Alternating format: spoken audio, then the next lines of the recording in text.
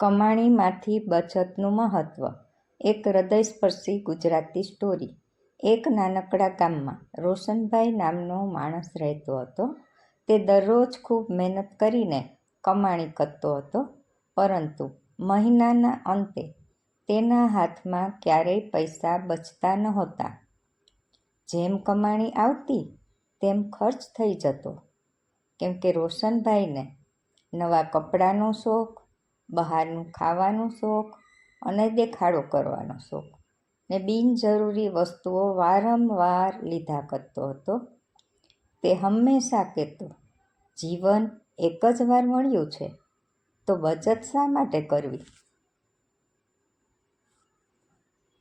હવે એક દિવસ એવું બન્યું કે અચાનક તેની માતા ગંભીર રીતે બીમાર પડી ગઈ અને તેને હોસ્પિટલમાં તાત્કાલિક પૈસાની જરૂર પડી. રોશનભાઈ પાસે બચત તો હતી નહીં, 1 રૂપિયો પણ તેણે બચાવેલો નહોતો. તો તે મિત્રો પાસે મદદ માટે ગયો અને સગા સંબંધીઓ પાસે પણ ગયો, પણ દરેકે કોઈને કોઈ કારણ આપ્યા અને એ દિવસે તેને સમજાયું કે મોટી કમાણી કરતાં મુશ્કેલીમાં સમયમાં બચાવેલી બચત છે એ વધારે કામ આવે છે. હવે તેને ખરેખર સમજાઈ ગયું હતું કે એણે નક્કી કર્યું કે દર મહિને કમાણીમાંથી થોડા પૈસા જરૂર બચાવશે. તો શરૂઆતમાં તો તેને થયું કે થોડા થોડા બચાવી એટલે માત્ર 50 રૂપિયા જ બચાવતો હતો. પછી ધીમે ધીમે તેણે 100 રૂપિયા બચાવવાની શરૂઆત કરી અને આમ ધીમે ધીમે તેની બચત છે એ વધતી ગઈ. રૂપિયા બચાવવા એ હવે તેની આદત બની ગઈ હતી.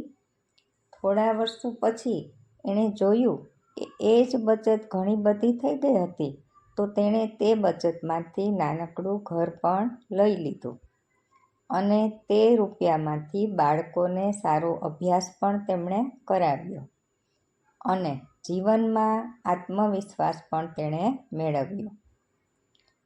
એક દિવસ ગામના યુવાનોને તેણે કહ્યું કે કમાણી તમને ખુશી આપે છે, પણ જો બચત કરશો તો એ બચત તમને સુરક્ષા આપે છે.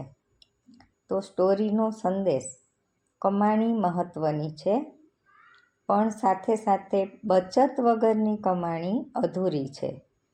આજે બચાવેલો 1 રૂપિયો કાલે મોટી મુશ્કેલીમાંથી તમને બચાવી શકે છે. બચત માત્ર પૈસા નથી, તે ભવિષ્યની શાંતિ છે.